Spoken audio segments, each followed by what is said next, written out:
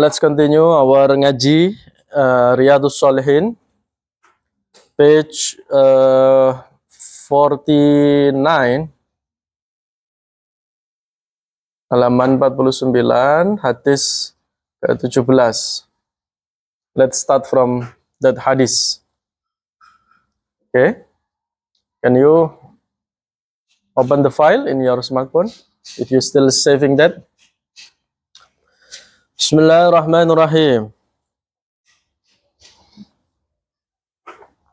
Wa an Abi Musa Abdullah bin Qais al-Ash'ari radhiyallahu anhu 'an an-nabi sallallahu alaihi wasallam qala inna Allah ta'ala yabsutu yadahu bil-lail yatuba musii'un nahar wa yabsutu yadahu bin-nahari liyatuba musii'ul lail hatta tatlu'a asy-syamsu min maghribiha, rawahu Muslim. Narrated from Abu Musa Abdullah ibn Qais al-Ash'ari radhiyallahu anhu, from the Prophet Muhammad sallallahu alaihi wasallam said, for verily Allah subhanahu wa ta'ala opened his arms. Open his arms. Arms here is not the real meaning, but it is unreal meaning. What do you say? Majas, ya? It is majas. It is apa bahasa lainnya? Perumpamaan itu apa?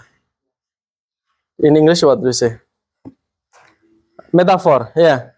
It is the metaphor from Allah subhanahu wa ta'ala. The means of opening his arms means Allah open his door of repent to his servant. Allah opens his arms in the night so that the sin doer can repent in the day, in the daylight.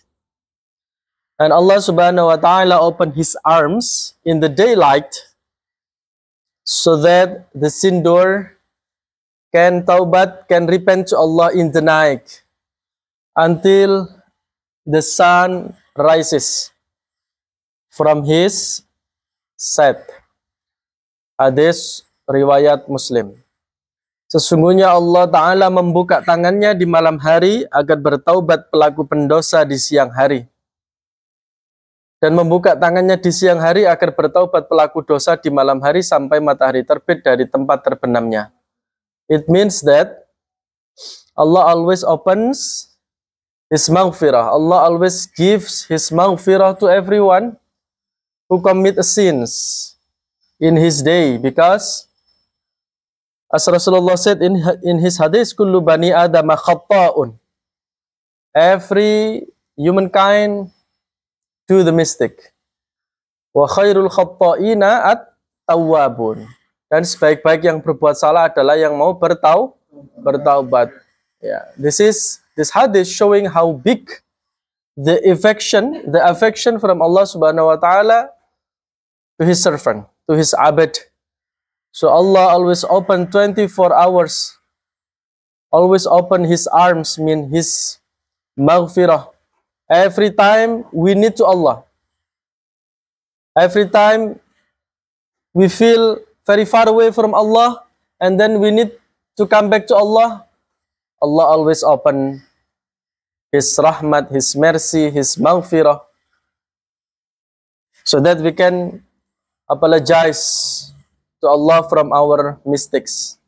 Because we, a usual humankind, we are not the Nabi, we are not the messenger who is ma'sum.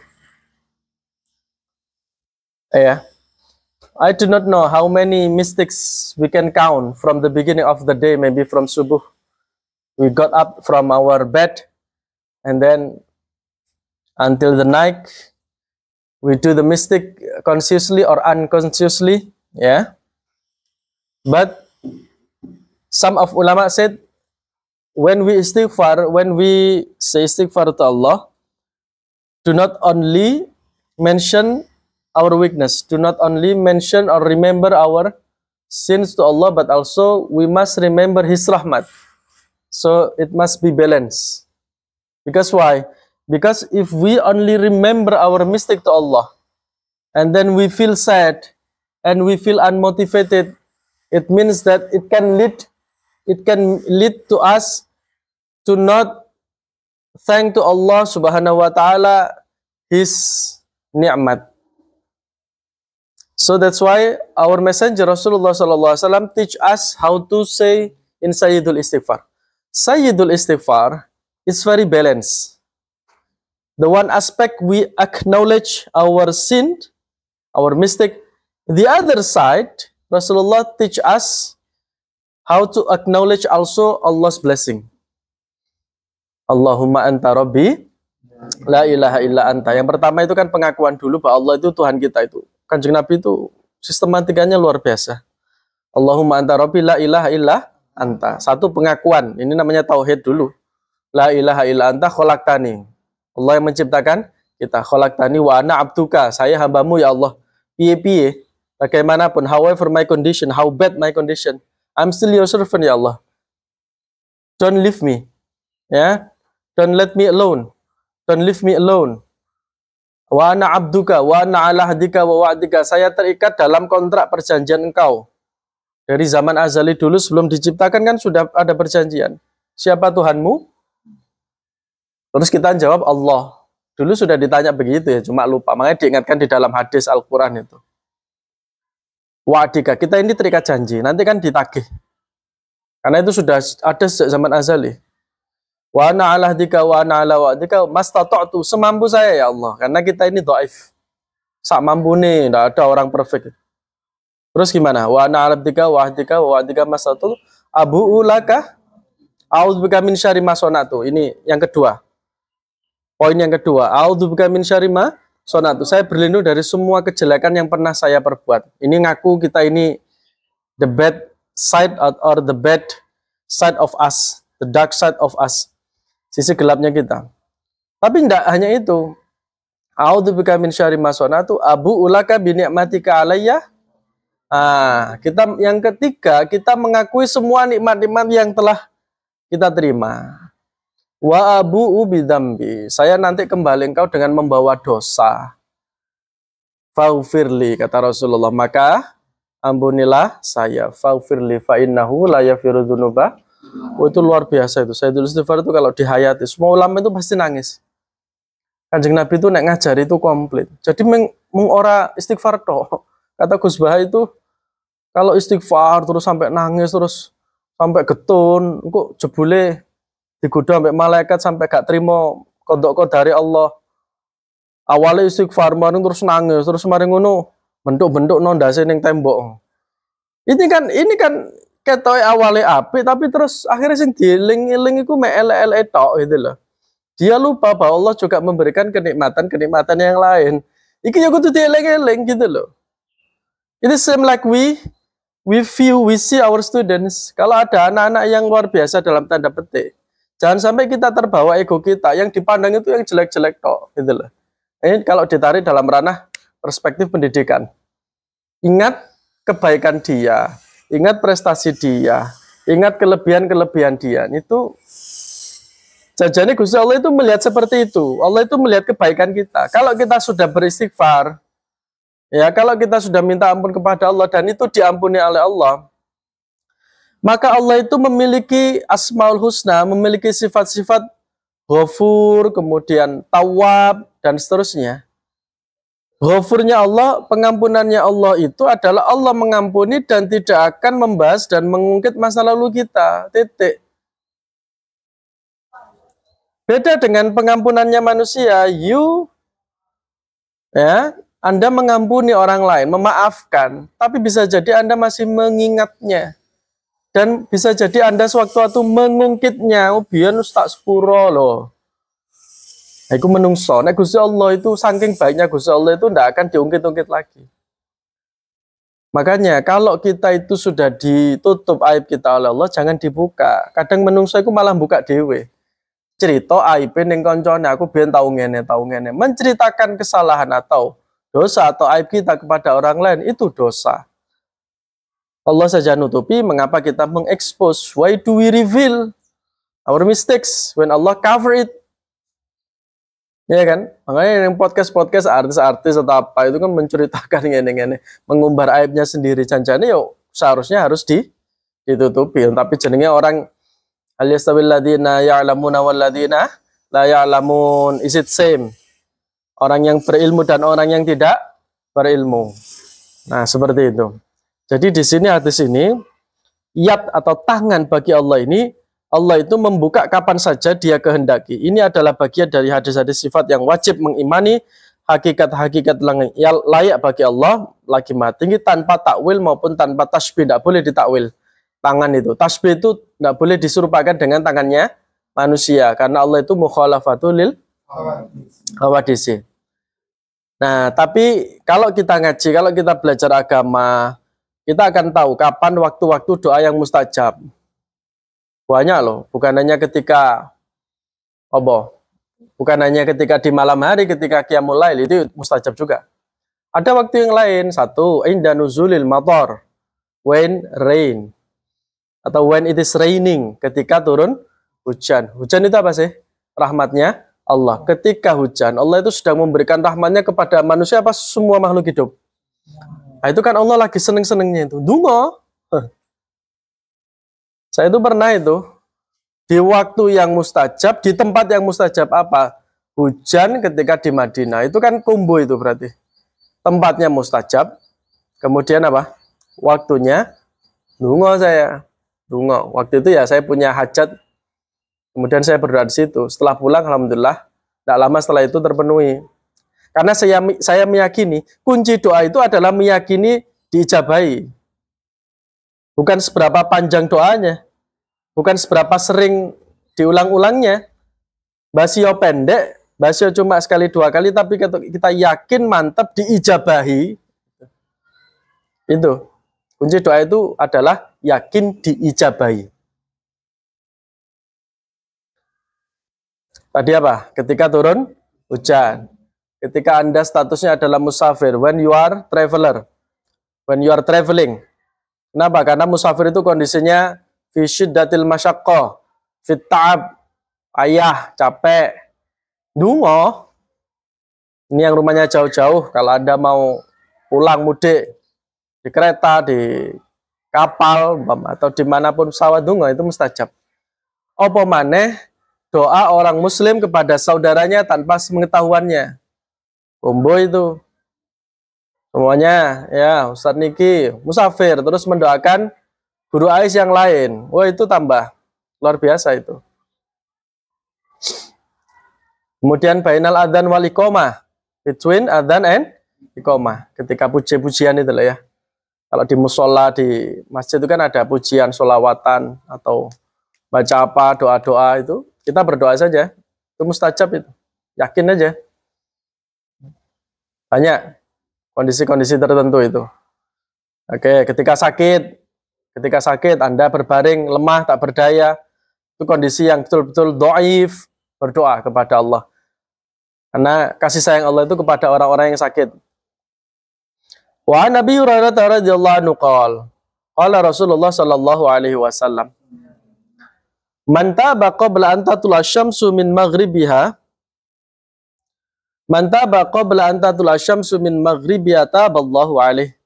From Abi Hurairah, dia berkata, Rasulullah bersabda, barang siapa bertaubat sebelum matahari terbit, berarti kapan waktunya? Hah? Subuh itu sudah terbit. Sahur, waktu apa? Waktu sahur, sepertiga malam. Ya, maksudnya ini sepertiga malam.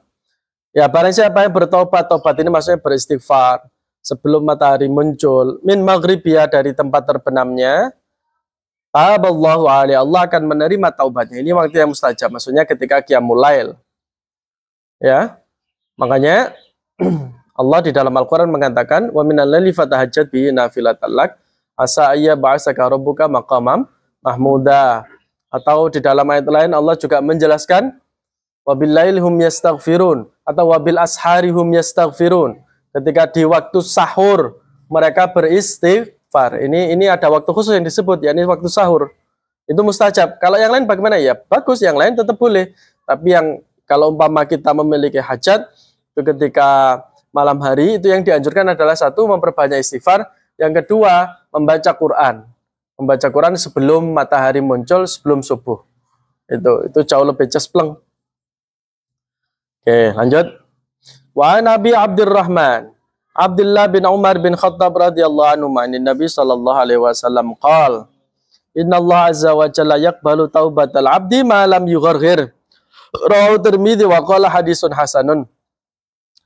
Dari Abu Abdurrahman Abdullah bin Umar bin Khattab radhiyallahu anhu dari Nabi sallallahu alaihi wasallam, beliau bersabda, sesungguhnya Allah menerima taubat seorang hamba as long as his soul, his spirit do not reach his kerongkongannya boleh truth.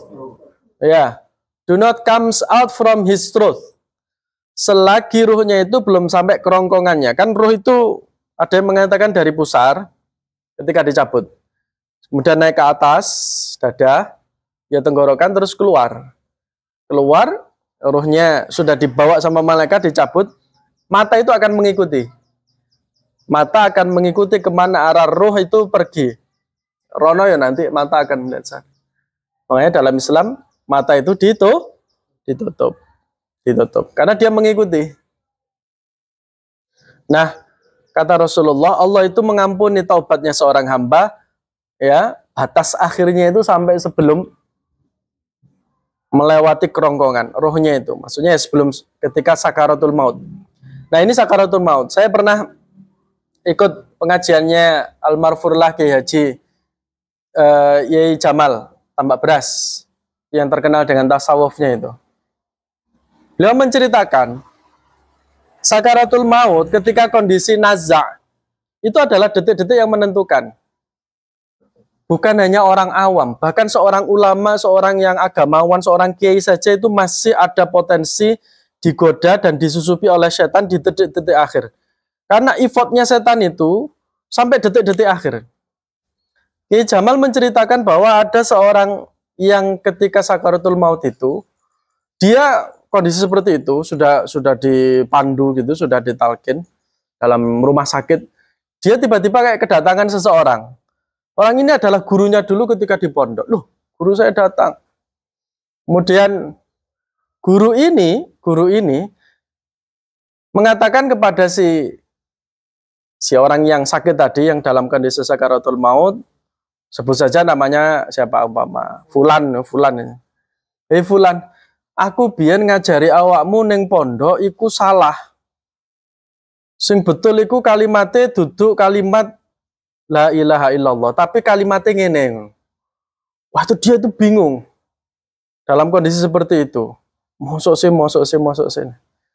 Nah, itu setan itu ingin membelokkan itu sampai seperti itu. Ini setan yang ternyata menyamar sebagai gurunya dulu. Makanya kehadiran orang di sebelahnya itu adalah untuk memandu. Memandu itu apa ya? Mentalkin itu. Dalam hadis yang banyak beredar itu adalah memang Kanjeng Rasul mengatakan orang yang akan naza, orang kondisi yang sakaratul maut itu dibimbing la ilaha illallah. Tapi bagi orang yang akan meninggal, wis ketok-ketokan akhirat, ngucap la ilaha illallah itu berat. Karena itu tadi setan itu mau intervensi itu. Terus. Nah, makanya terus ulama itu memahami, mengkonklusi dari hadis ini, dikhawatirkan dia belum sempurna mengucapkan la ilaha illallah itu sudah meninggal di tengah kalimat la ilaha. Tidak ada Tuhan. Jebule lah ateis. Tidak ada Tuhan. Makanya terus ulama Ahlussunnah wal Jamaah itu cukup Allah di telinganya itu. Allah. Ini kan pendek. Allah gitu. Memang hadisnya tidak ada. Memandu dengan kata Allah itu tidak ada. Tapi itu jagani, nek wong iki gak kuat, wedi ana apa-apa, maka cukup Allah. La ilaha illallah itu berat. Ojo kon maca Fatihah tambah abot. Kondisinya seperti itu gitu loh. Ojo kon maca ayat kursi. Yang maca ayat kursi yang lain lah, yang dulure sing liyane lah maca Yasin apa di sebelah. Tapi yang di dekatnya ini bisikan Allah. Karena itu dia pertempuran di titik-titik akhir itu yang paling menentukan. Makanya kita berdoa husnul khotimah karena tidak ada yang tahu endingnya. Tapi jangan khawatir, ojo wedi, karena umat Islam itu seorang hamba itu yang akan diucapkan di terakhir itu adalah apa yang sering dia ucapkan ketika masa hidup. Kalau kita sering sholawat, tahlil, wirid, dzikir, ngaji, ya itu. Tapi kalau ada orang dulu hidupnya itu suka mencaci, wasyatama hadza wasyatama hadza, dia suka membuli, mengolok. Pokoknya mulutnya ini dipakai ngomong kotor, jorok. Kata Kiai Jamal tadi, ketika dia sakaratul maut itu meso-meso, itu di rumah sakit. Kan dia kondisi seperti itu, meso-meso dia. Ini adalah manifestasi dari semasa hidupnya itu tadi. Naudzubillah min dzalik. Berapa banyak itu ayat di dalam Al-Quran mengatakan qulu qaulan hasana, qulu qaulan karima, qaulan baligha. Ucapkanlah ucapan yang baik, ucapan yang mulia, omongan yang halus, yang lembut, yang merasuk ke dalam hati. Tapi sebaliknya jangan sampai, di dalam Al-Quran juga ada, bahkan kita sebagai anak kepada orang tua tidak boleh ngomong kasar. Wala taqul lahuma uffin. Tidak boleh ngomong itu tidak boleh, apalagi yang lain. Itu artinya apa? Yaitu tadi, apa yang akan kita tanam atau investasi nanti ketika sakaratul maut itu adalah mulai dari sekarang itu, yang kita biasakan itu. Nah, Allah itu seperti itu. Maka Rasulullah sebelum nyawa itu melewati kerongkongan, taubatnya seorang hamba itu diterima oleh Allah. Satu lagi. Ini hadisnya panjang. Lanjut aja langsung ke halaman 55 atau PDF-nya halaman 64, hadis kedua-dua. Wa Abdullah bin Ka'ab. Wa kana qaida Ka'ab bin radhiyallahu anhu min banihi hina amiya qala. Sami'tu Ka'ab bin Malik radhiyallahu anhu yuhaddisu bi hadisihi na takhallafa an Rasulillah sallallahu alaihi wasallam fi ghazwati Tabuk. Qala Ka'ab lam takhallaf an Rasulillah sallallahu alaihi wasallam fi ghazwati Ghazaqatu illa fi ghazwati Tabuk. Ghayra anni qad takhallaftu fi ghazwati Badr wa lam yu'atab ahadun. Wa lam yatakhallafa anhu inna ma kharaja Rasulullah sallallahu alaihi wasallam muslimuna yuriduna ayra Quraisyin hatta jamallah, dan seterusnya. Ini hadisnya lebih panjang. Saya lihat atasnya toh. Insyaallah panjang sekali ini. Ya. Ini kisah sahabat Ka'ab. Satu lagi aja, hadis ke-24. Wa ani bin Abbas radhiyallahu anhu ma'anna Rasulullah sallallahu alaihi wasallam. Ini masih tentang hadis taubat ya. Lau anna li bani Adam wadiyan min dhahabin ahabba yakuna lahu wadiyani wa la yamla fahu illa turab wa yatubullahu ala man tab. Dari Ibnu Abbas, dari Anas bin Malik radhiyallahu bahwa Rasulullah sallallahu alaihi wasallam telah bersabda, seandainya anak Adam memiliki emas satu lembah, pasti ia ingin seandainya dia memiliki dua lembah, dan tidak akan bisa memenuhi mulutnya kecuali tanah. Dan Allah menerima taubat orang yang bertaubat. Ini maksudnya adalah apa? Fitrahnya manusia itu adalah dia terus berambisi kepada dunia. Seandainya dia punya emas sak lembah umpama, pasti dia merasa tidak cukup sampai dia pengen punya dua emas sebanyak dua lembah. Ya, ini ambisi manusia hingga dia mati dan perutnya itu dipenuhi oleh tanah kuburan. Sampai banyak di dalam Al-Quran Allah sudah memperingatkan dalam surat At-Takasur, Alhaakumut Takasur. Kabarnya kamu telah dilalaikan dengan At-Takasur, dari kata kasir, banyak. Kamu dilalaikan dengan bermegah-megahan, akeh-akehan. Kamu sibuk menumpuk materi dunia, tapi tidak sempat beribadah. Ujuk-ujuk kamu mati. Ayat itu dilanjutkan hatta zurtumul maqabir, hatta sehingga zurtum kamu mengunjungi, maksudnya masuk. Al maqabir jamak dari kubur. Itu kan diingatkan. Alhaakumut takasur hatta zurtumul maqabir. Sibuk kerja, lupa ibadah, sakit, mati, gak sempat, penyesalan ya wis mlebu kuburan ya apa.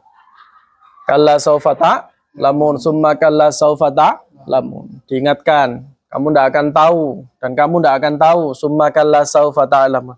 Kalla law ta'lamuna ilmal yakin. Seandainya kamu tahu dengan ilmu yakin, pengetahuan yang betul-betul konkret. Ilmu yakin itu ilmu yang betul-betul kita langsung melihatnya, tahu dan melihat. Oh, di Monas itu ada di Jakarta. Kalau kamu belum pernah ke sana, tapi tahunya hanya lewat internet, kamu masih di Jombang, kamu hanya tahu saja. Tapi kalau kamu sudah di sana melihat langsung, tahu melihat langsung di Jakarta, di Monas, itu namanya ilmul yakin. Qala law ta'lamuna ilmal yakin, la tarawunnal jahim, summa la tarawunnaha ainal yaqin, summa la tus'alunna yauma idzin 'anin na'im. Ayat itu ditutup dengan sungguh kamu akan ditanya, summa la tus'alunna yauma idzin, hari itu ketika di kuburan nanti, 'anin na'im, dengan semua nikmat-nikmat itu akan ditanya, dimintai pertanggungjawaban oleh Allah. Maka hadis ini atau bab ini tentang taubat itu, kita itu jangan sampai lupa terhadap akhirat. Ikhtiar di dunia sebaik-baiknya, i'mali dunya ka'annaka ta'ishu abada. Kita bekerja di dunia seolah-olah ya, kita ini hidup selamanya. Wa man li akhiratika ka'annaka tamutu ghada. Kita beramal untuk akhirat seolah-olah besok ini kita divonis mati. Ya, dua-duanya seimbang, dua-duanya bagus. Tapi seorang Islam, seorang Muslim akan menjadikan akhirat itu sebagai tujuan akhir. Walal akhiratu khairul laka minal ula. Jadi wallahu alam bisawab. Rabbi fanfa'na bi barakatihim wa hdinal husna bi hurmatihim wa amitna fi dhariqatihim wa mu'afatihim